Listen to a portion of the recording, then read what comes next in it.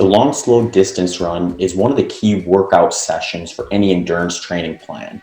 But when you get into the world of ultra marathon, it kind of takes on a bit of a double importance.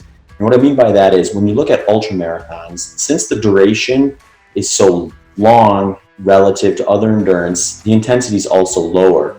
So your long, slow distance runs tend to be very specific to race day pace. So for me personally, when I'm building my training plan, I'm always using that long, slow distance run as kind of my cornerstone workout that I'm building towards. When I get about 6 to 8 weeks out from my taper, I'll start pushing more time and more of my training volume towards that long, slow distance run.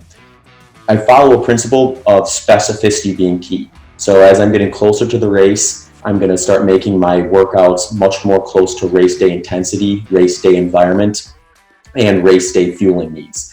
So that particular workout is one that I always kind of build the rest of my training block around.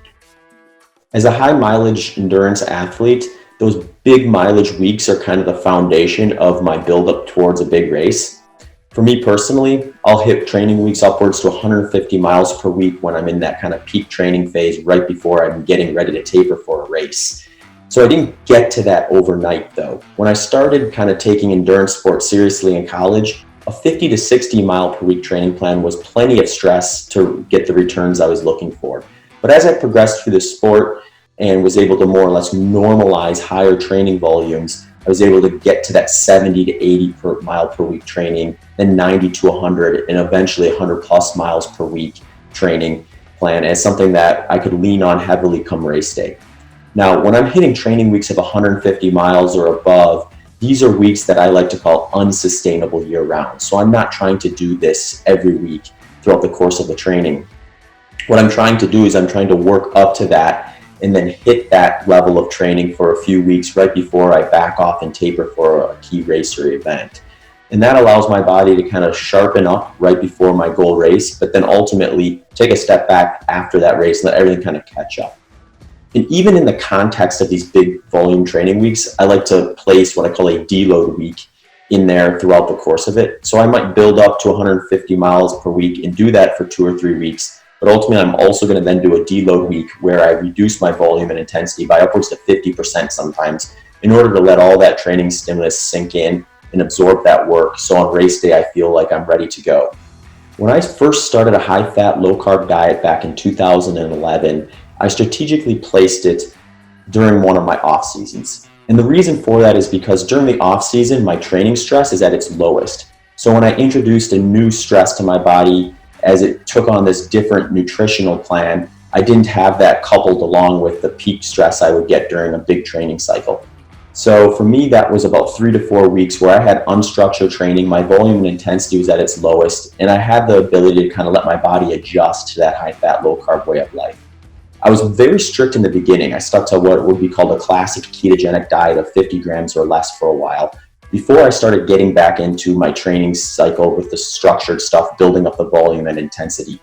When I started to do that, one thing I realized that for endurance athletes, where sometimes we're burning double our resting metabolic rate, and for ultra endurance athletes, it's not uncommon on some days to maybe even burn triple that.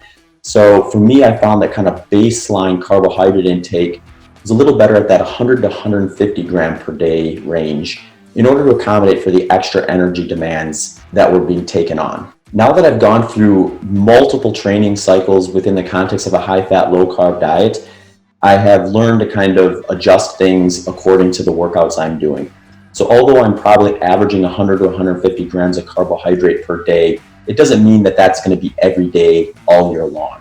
There may be days where I'm doing a very big training cycle of like a 30-mile long run and possibly even going out the next day and doing that again. During those days, I'll branch my carbohydrates out past 150 grams.